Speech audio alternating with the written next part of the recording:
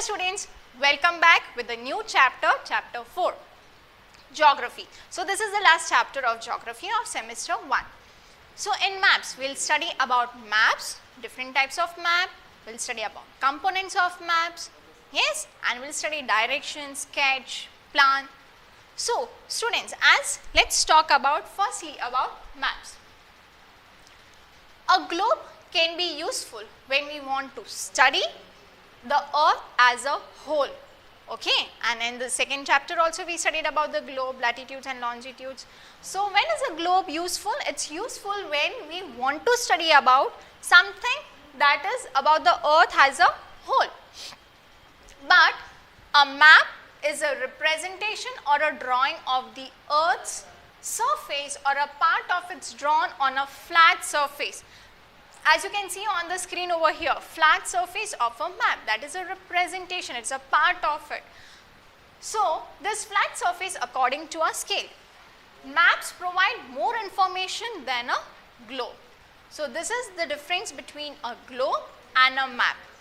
So globe can be useful to see the whole of the earth, as a whole of the earth, whereas map is the map that is on the flat surface. Yes, so you can locate the places on it. Let's talk about types of map. So there are three types of map, that is firstly political map, second is physical map, and third is thematic map. How many types of map are there? Yes, three types of map. Which are they? Political map, physical map, and thematic map. So let's see each of them. What is political map, what is physical map, and what is thematic map? Let's begin with the first, that is physical map. Maps that are showing the natural features about landforms we talk about. Natural features of earth such as mountains, plateaus, plains, rivers, ocean, etc. are known as what? Yes, physical map. Next, political map. Map showing cities, towns and villages and different countries and states of the world with the boundaries is known as what? Political map. And next is thematic map. So some map focus on specific information. There will be a specific information such as road maps, rainfall maps, map that are showing distribution of forests, etc. So this is known as thematic map. Now, after learning the different types of map, let us switch on to components of map. Now, in components of map, we will be studying about distance, direction and symbol. The three type of components of maps are distance, direction and symbol. Firstly, let us understand what is sketch. Students, I know that you also used to do sketch, yes? Now, what is sketch? A sketch is a rough outline, okay. So now over here when we talk about map, so over here we will say sketch is a rough outline of a map. So a drawing mainly based on memory and a spot observation and not to scale it, means you do not scale it, you do not measure it for, okay. As you can see on the screen over here, there is a sketch. Plan. A drawing of a small area on a large scale is to be planning out. Okay, so a large scale map gives a lot of information, but there is certain things which we may sometimes want to know about it. So you just plan it out and you just put it on a map. Next we talk about distance. A scale is a ratio between the actual distance on the ground and the distance that is shown on the map. When large areas like countries or continents are to be shown on a paper, then we use small scale map.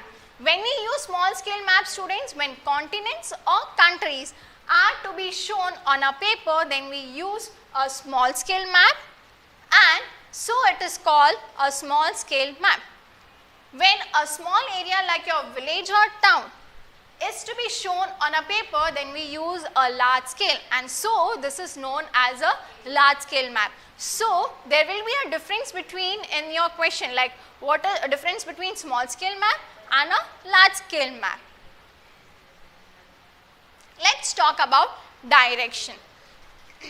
Most map contain an arrow that is marked with the letter N at the upper right hand corner.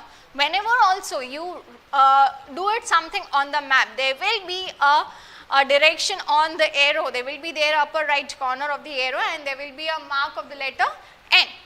So this arrow shows the north direction. So it is called the north line. So that arrow which shows the N, the letter N, that is north direction, but it is also the line of north line. Now students, there are four major directions, that is north, south, east and west. So this north, south, east and west are known as cardinal points.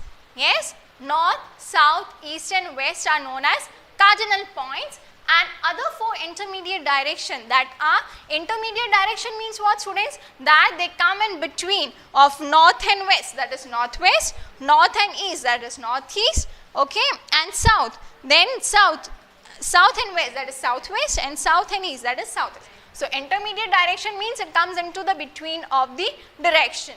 So other intermediate direction are northeast, southeast, southwest and northwest.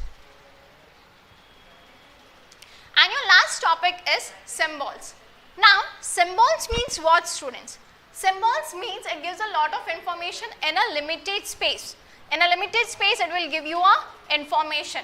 Now there is an international agreement regarding to use this symbols, and these are called conventional symbols. Means there is an international agreement towards using these symbols, and so it is known as conventional symbol. So maps have a universal language that can be understood by all. So over here there are railway lines, so how the convention symbols are being used.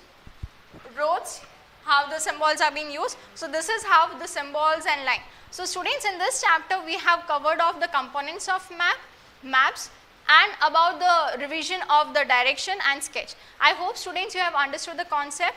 Stay safe. Thank you.